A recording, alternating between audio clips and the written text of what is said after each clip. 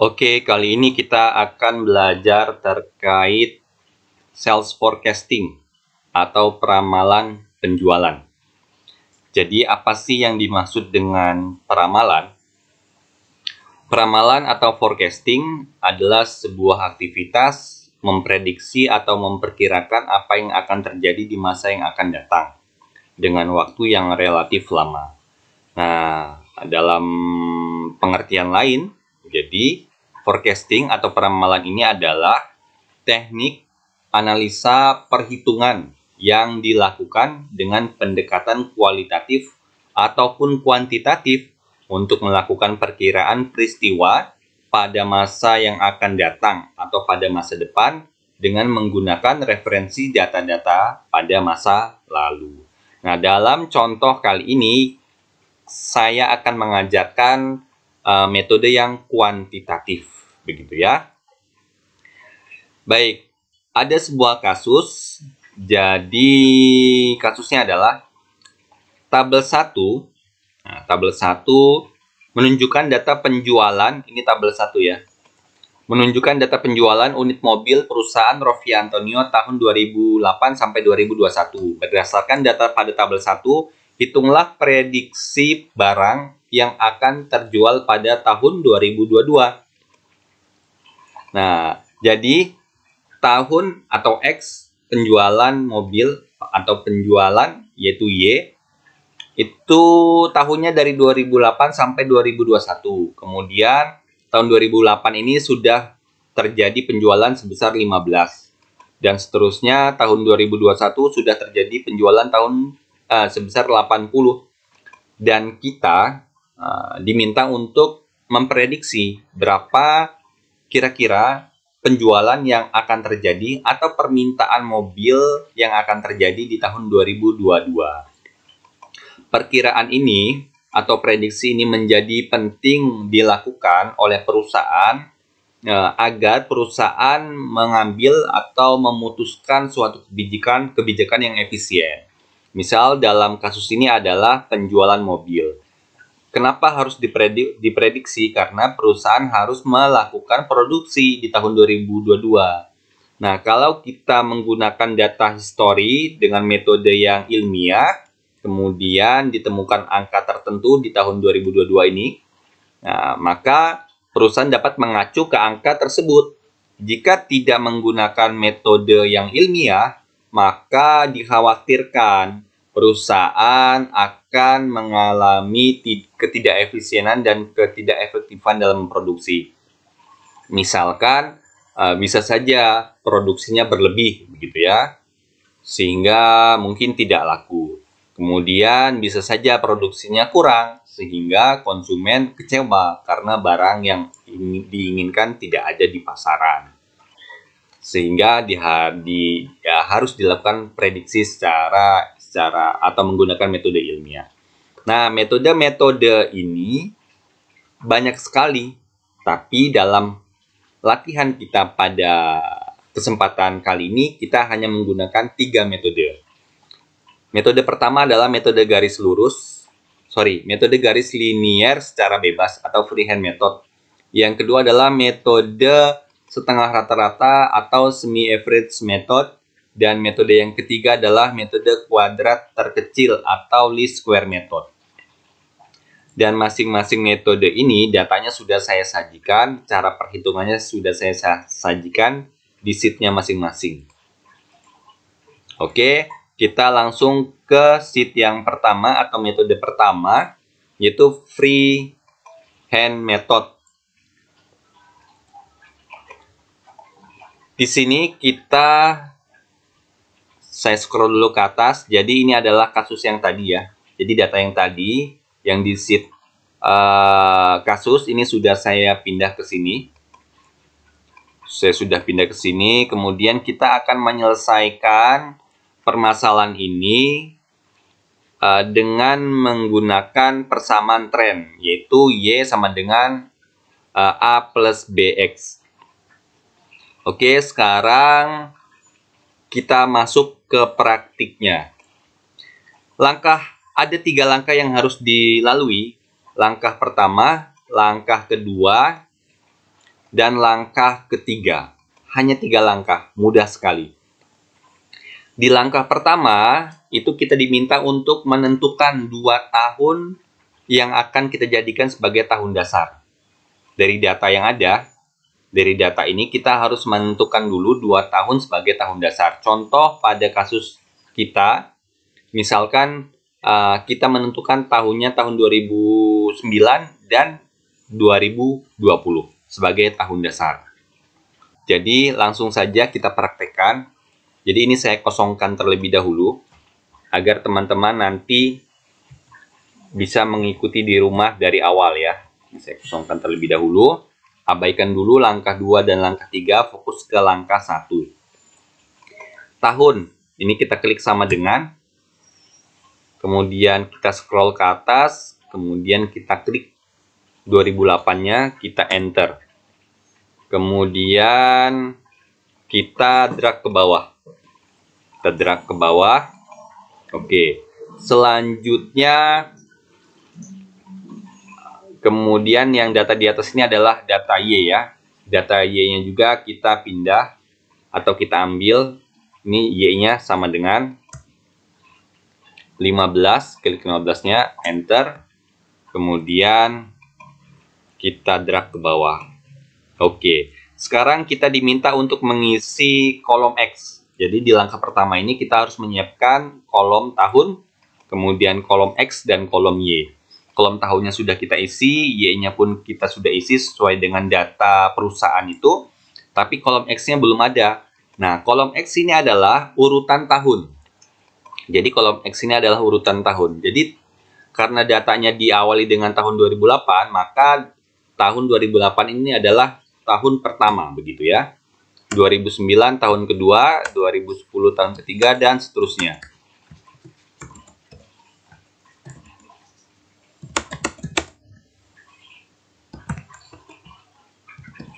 Kita isi terlebih dahulu. Oke. Jadi X ini adalah urutan tahunnya. Jadi dari tahun 1, kedua, ketiga sampai tahun ke-14, gitu ya. 2021 adalah tahun ke-14. Tahun kan kita diminta untuk mencari tahun 2022. Berarti tahun 2022 nanti adalah tahun ke-15. Oke, nanti kita bahas. Selanjutnya adalah kita tentukan. Jadi contohnya kita tentukan tahun dasar yang pertama adalah tahun 2009 dan tahun dasar yang kedua adalah tahun 2020. Kenapa kita harus menentukan 2 tahun dasar? Karena data di tahun ini akan kita gunakan untuk menyelesaikan persamaan yang nanti ada di tahap kedua. Nah, sekarang kita cari nilai Y-nya. Y-nya sama dengan, jadi Y tahun 2019 ini adalah, ini sama dengan 17. X-nya sama dengan 2. Kemudian, tahun 2020, Y-nya sama dengan 73. X-nya sama dengan 13. Selanjutnya, kita sudah memiliki data yang nanti akan kita gunakan di tahap kedua. Kita langsung masuk ke tahap kedua. Gunakan data pada tahap 1 untuk menyelesaikan persamaan. Jadi ini datanya, dan kita akan gunakan untuk persamaan. Jadi persamaannya adalah Y sama dengan A plus B X atau B kali X, gitu ya. Nah, ini saya kosongkan terlebih dahulu ya, agar teman-teman mudah memahaminya nanti. Oke, kita ulangi dari awal di sini. Jadi, untuk tahun 2009, kita masukkan di sini. Datanya kita masukkan di sini. Sedangkan tahun 2020, datanya kita masukkan di bawahnya.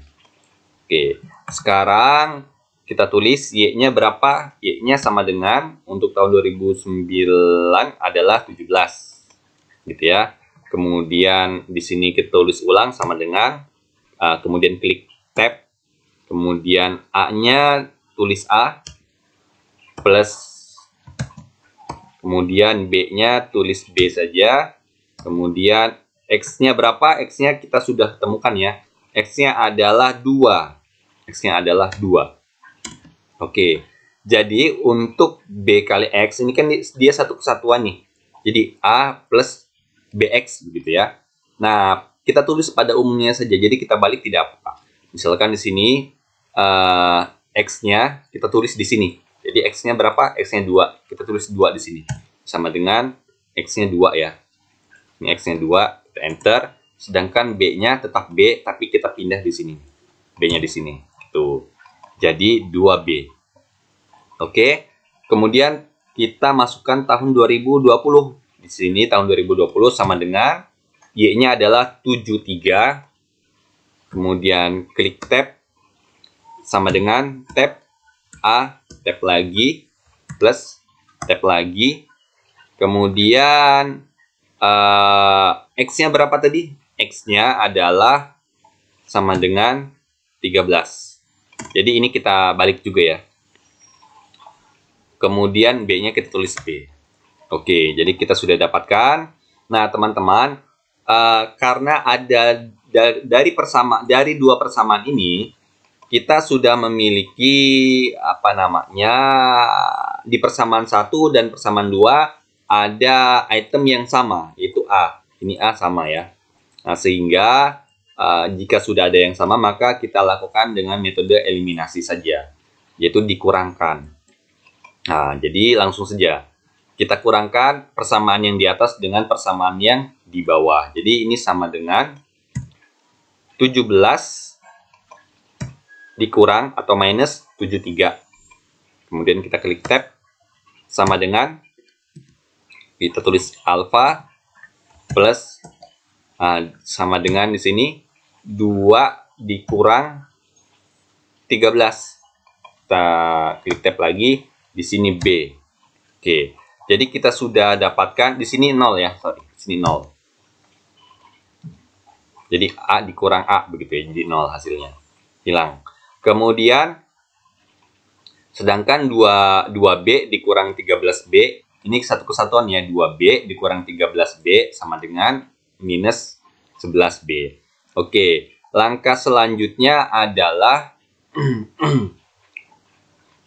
sebentar. Kenapa saya menuliskan manual satu persatu seperti ini? Nah, itu untuk memudahkan atau memberi pemahaman lebih kepada teman-teman bagaimana alur mencari angka-angkanya atau menyusun angka-angkanya ya. Gitu. Jadi ini seperti kita mencari manual, seperti kita menulis di kertas begitu, jadi satu persatu. Nah, ini saya buat seperti ini untuk memudahkan teman-teman memahami alurnya. Oke, masuk ke tahap selanjutnya, mencari nilai B. Mencari nilai B dari hasil di atas. Jadi dari hasil ini, kemudian kita akan cari nilai B-nya. Ini nilai B-nya kan belum diketahui. Jadi kita ditulis di sini ya. Oke. Saya jelaskan dulu sedikit. Jadi kita kan cari nilai B. Ini kan dia perkalian 11 kali B ini kan. 11 kali B. Nah, jadi yang harus kita lakukan adalah minus 11-nya itu kita pindah ruas ke kiri, ke samping kiri tanda plus gitu ya. Pindah ruas ke kiri menjadi pembagi. Menjadi pembagi di sini ya. Sehingga B adalah minus 56 dibagi minus 11. Oke, ini saya hapus dulu. Saya ulangi dari awal agar teman-teman memahami. Jadi kita cari B. B sama dengan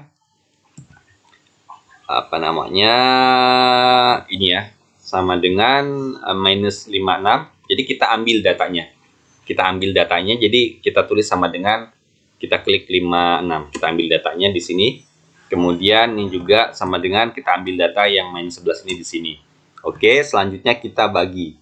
Ini sama dengan minus 56 dibagi minus 11. Maka hasilnya adalah B 5,96. B sama dengan 5,09, sorry. Selanjutnya adalah kita diminta untuk mencari nilai A dengan cara memasukkan nilai B ke dalam salah satu persamaan yang ada di atas ini. Jadi kita pilih saja salah satu, kemudian kita masukkan nilai B-nya, nanti akan ketemu nilai A-nya.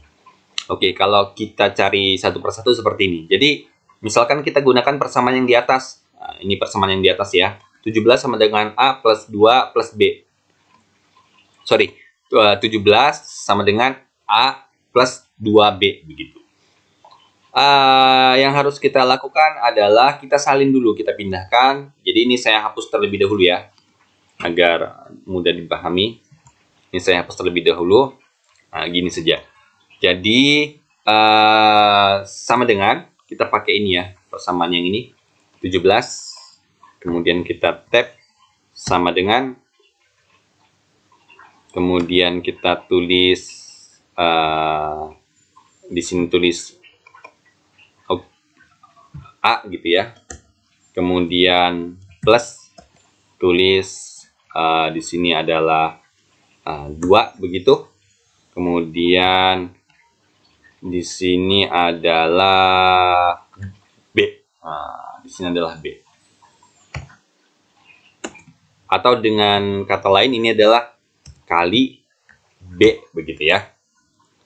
Jadi 17 sama dengan A plus 2B atau 2 kali B. Nah, kemudian kita masukkan nih nilai B ini ke dalam B yang ada di sini. Jadi sama dengan, kita tulis lagi sama dengan, ambil data yang di atas ini, kemudian di sini sama dengan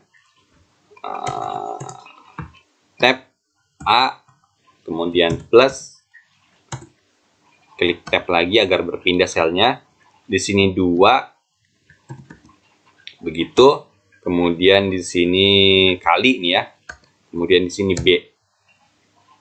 Oh sorry, ini bukan B lagi. Berarti di sini adalah nilai B-nya yang tadi kita temukan. Berarti di sini adalah sama dengan, kita klik ini, angka 5,09. Oke, jadi B-nya 5,09.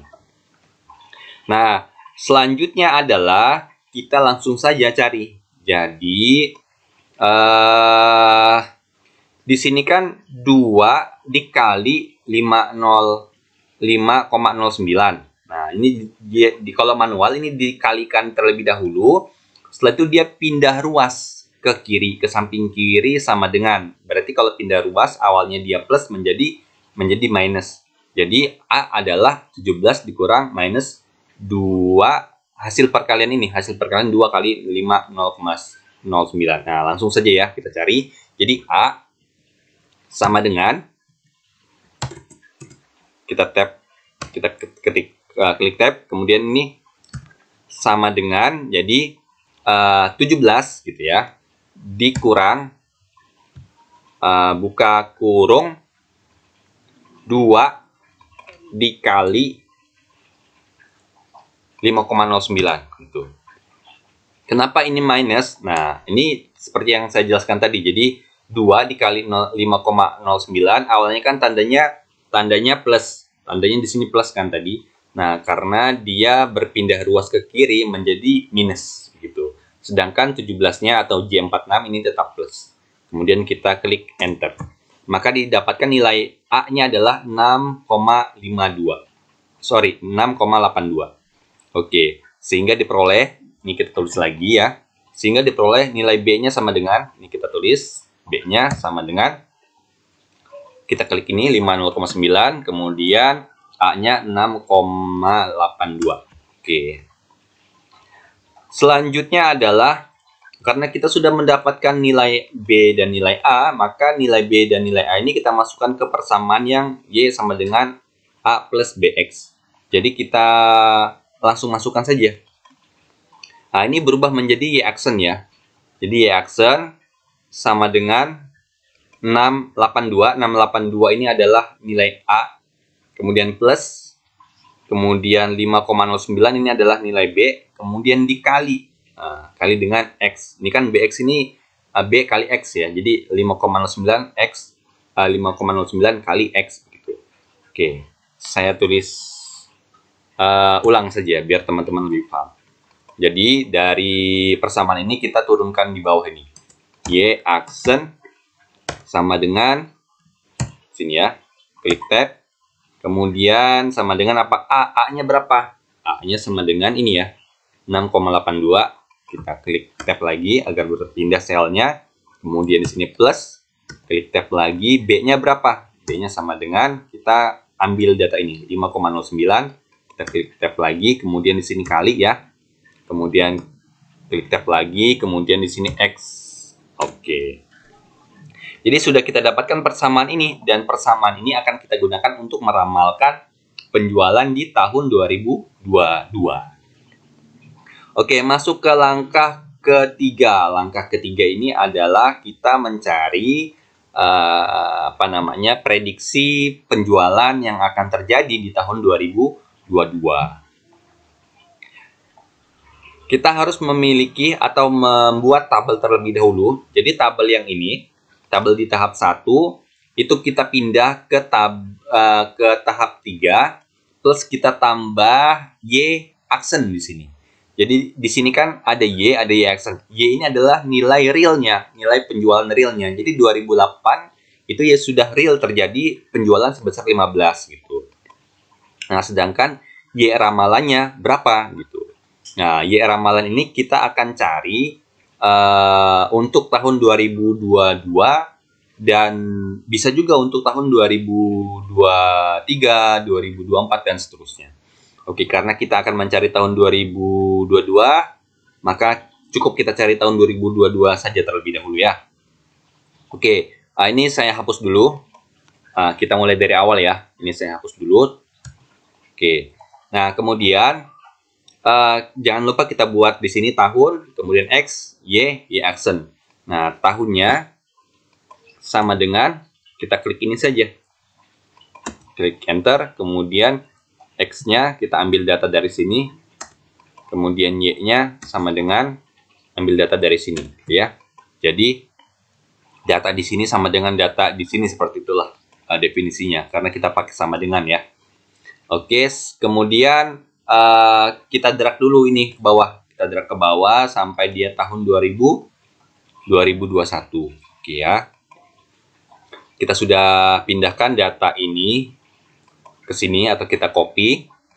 Nah, selanjutnya kita diminta untuk mencari nilai Y aksennya atau prediksi penjualannya. Ini prediksi penjualannya.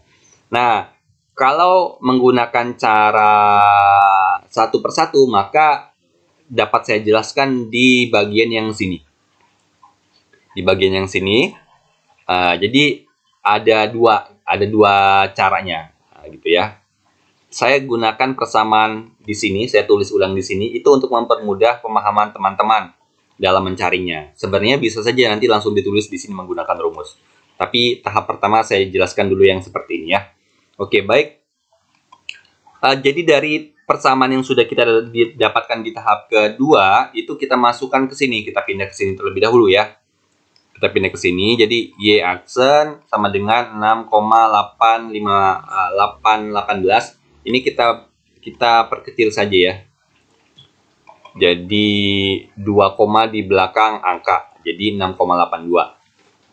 Nah, kemudian setelah kita pindahkan, ini saya delete terlebih dahulu agar memudahkan teman-teman nanti memahaminya.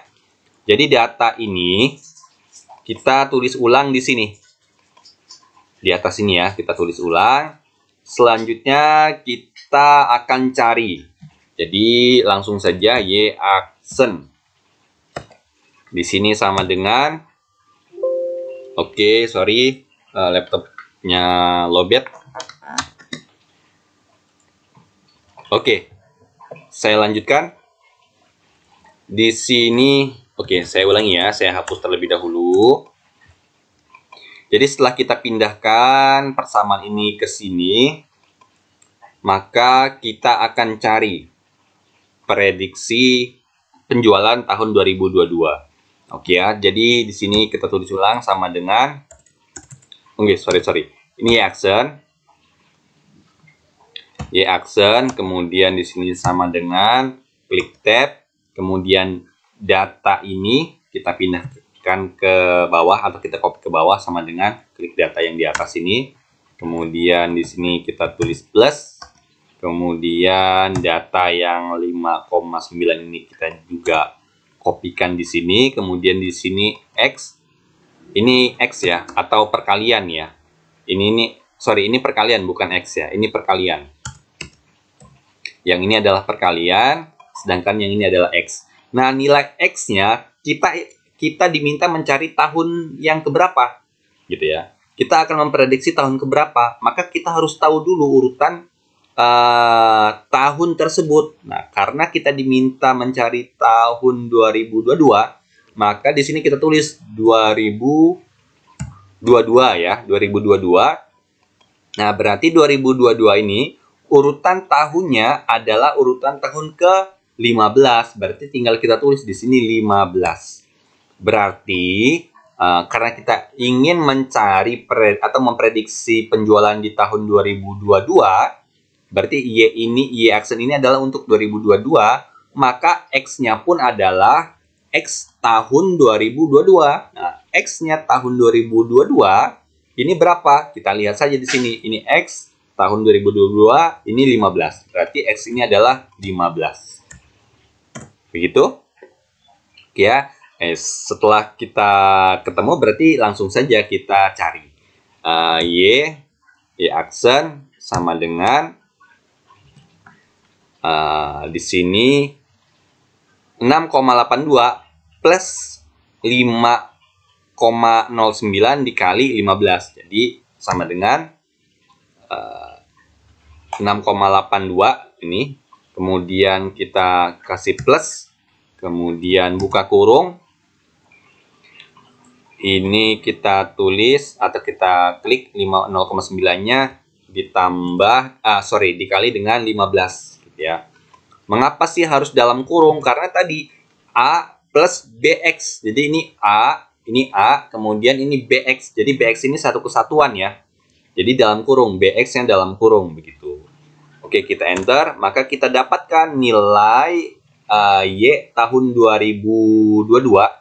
Ini Y tahun 2022 ya. Oke, saya kasih keterangan lagi saja. Nah, ini saya kasih panah ya. Oke, jadi Y atau prediksi penjualan mobil yang akan terjadi tahun 2022 adalah sebesar 83 unit. Jadi kita bulatkan saja. Jadi oke, 83 unit. Oke ya. Kalau kita ingin mencari tahun 2023 misalkan. Berarti 2023 kan tahunnya tahun ke-16. Kita akan prediksi berapa sih penjualan yang akan terjadi atau permintaan yang diharapkan atau diminta oleh konsumen di tahun 2023 ini berapa mobil begitu ya. Karena ini 16, maka ini tinggal kita ganti saja menjadi 16. X-nya kita ganti menjadi 16. Gitu. Berarti tahun 2023 ini adalah prediksi penjualannya sebesar 88 unit mobil. Kalau tahun 2024 ya berarti ini tahun ke-17. Kemudian X-nya kita ganti saja dengan 17. Maka nilainya 93. Jadi prediksi penjualan yang akan terjadi di tahun 2024 adalah 93. Oke ya. Nah, ini kita balikan dulu ke 15 ya X-nya. Tahun 2022 ya. Oke. Nah, sekarang ini kan kalau kita cari satu-satu kita ribet kan. Nah, maka cara kedua adalah kita langsung saja tulis rumusnya di sini. Jadi Y action di sini ya. Ini kan kita nggak tahu nih. Berapa sih prediksi penjualannya begitu kan? Kita nggak tahu di sini. Kita beri tanda tanya ya. Oke, kita rapihkan dulu sebentar. Oke. Nah, kemudian kita tulis saja langsung rumusnya sama dengan tadi kan ini ya. Sama dengan 6,82 plus begitu, buka kurung 5,09 gitu ya. Kemudian dikali dengan tahunnya. Nah, ini tahunnya di sini dikali dengan X. Kali dengan X ya. Tahun keberapa? Kita klik di sini. Misalkan kita cari 2022, berarti kita klik di 15 ini. Kita tutup kurung. Nah, karena kita akan mendragnya ke bawah, maka kita harus mengunci terlebih dahulu. Apa yang kita kunci? Yang kita kunci adalah 6,82 dan 5,09. Cara menguncinya adalah jadi 6,82 ini kan di Y44 nih, di Y44. Jadi di akhir Y44, di ujung Y44 ini kita kursornya kita klik, kemudian kita klik Fn F4 di keyboard, Fn F4 ya, kita klik, maka dia terkunci. Gitu ya. Atau kalau ingin lebih enak lihatnya, lihat saja di atas ini. Nah, di sini ya. Kemudian AA44, ini AA44 ini kan 5,09. Ini kita kunci juga. Kita kunci, kita klik di sini. Kemudian kita tekan Fn F4. Nah, sedangkan X-nya atau S46. S46 ini kan X ya. Ini adalah X. X-nya itu tidak perlu dikunci. Jadi yang 15-nya ini, X-nya ini tidak perlu dikunci karena kita akan drag ke bawah. Kemudian setelah itu kita enter saja, klik enter. Oke. Setelah kita klik enter, kemudian tahun 2022 sudah kita dapatkan nilainya, sedang sekarang kita drag saja ke bawah untuk tahun 2023 dan 2004. Oke. Kemudian kita bulatkan saja ya, kita klik ini, kita blok dulu, kemudian kita klik ini. Kita bulatkan. Oke. Jadi sudah kita dapatkan prediksi tahun 2022 akan terjual, begitu ya, diprediksikan akan terjual sejumlah 83 unit mobil, sedangkan 2023 diprediksikan akan terjual atau permintaannya sebesar 88 unit mobil. Tahun 2024 diperkirakan permintaan dari konsumen adalah sebesar 93 unit mobil begitu. Oke. Ini caranya sangat simpel. Nah, kemudian di sini ada tulisan sebagai dasar perhitungan hasilnya sama. Jadi, kalau kita sudah menentukan, di sini kan kita tentukan tahun 2019 sebagai tahun dasar, di sini tahun 2020 juga sebagai tahun dasar, maka di tahun 2009 ini angka prediksinya mesti sama. Jadi di sini 17, di sini mesti 17 juga. Begitupun dengan ini 2022 gitu ya. 2022 ini kan 73 penjualannya. 2022 ini 73. Ini mesti prediksinya juga 73. Coba kita lihat ya. Ini kita klik dulu, kemudian kita drag ke atas. Oke, kita lihat ya. Tahun 2019 ini sebesar 17. Nah, ini sama ya. Angka angka realnya dengan angka prediksinya sama. Kemudian tahun 2022 juga angka real dan angka prediksinya juga sama. Ini untuk memastikan saja bahwa rumus yang kita gunakan ini sudah tepat gitu ya. Oke. Sekarang pertanyaannya adalah, Pak, bagaimana kalau kita menggunakan tahun dasarnya bukan 2009 dan bukan 2020, misalkan 2008 dan 2021. Nah, sekarang kita scroll ke bawah. Saya sudah menghitungnya. Jika kita menggunakan tahun dasarnya 2008 dan 2021, nah, maka hasilnya adalah 85,00 atau 85 unit kendaraan yang diprediksi diminta oleh konsumen atau akan terjual gitu ya. Jadi tahun 2022 sebesar 85 unit yang diprediksikan akan terjual gitu. Dengan asumsi tahunnya adalah tahun dasarnya 2008 dan 2021. Nah, selanjutnya, Pak, kalau tahunnya berbeda lagi. Nah, ini tahunnya berbeda lagi. Saya scroll ke bawah. Ini tahun 2010, tahun 2021 sebagai dasar perhitungan. Tahun perhitungannya ya. Nah, ternyata hasilnya juga berbeda, teman-teman. Hasilnya 85,46. Oke, jadi jika kita menggunakan freehand method ini, penentuan tahun dasar itu menentukan prediksi yang berbeda begitu. Menentukan prediksi yang berbeda. Nih, jadi kesimpulannya adalah dari kasus satu, yaitu awal tahunnya 2019 dan tahun akhirnya 2020, tadi yang paling atas nih ya. Ini yang paling atas. Ini di bagian paling atas ini di bagian sini. Ini adalah perhitungan 2009 dan 2020.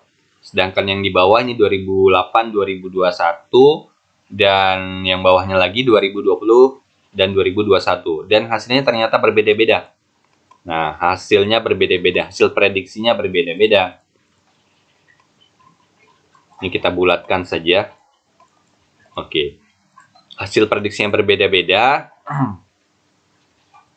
Nah, sehingga tiga perhitungan dengan tahun yang berbeda mengakibatkan tiga hasil ramalan yang berbeda-beda juga gitu ya. Kalau kita beri angka di belakang koma, ini berbeda tuh. Hal ini berarti keakuratan ramalan sangat tergantung pada tahun yang dipilih sesuai tahun perhitungan. Begitu ya teman-teman. Sehingga ada metode lain yang kita bisa gunakan, dan metode itu nilai prediksinya itu bisa sama gitu ya. Baik, demikian kita lanjutkan ke video selanjutnya.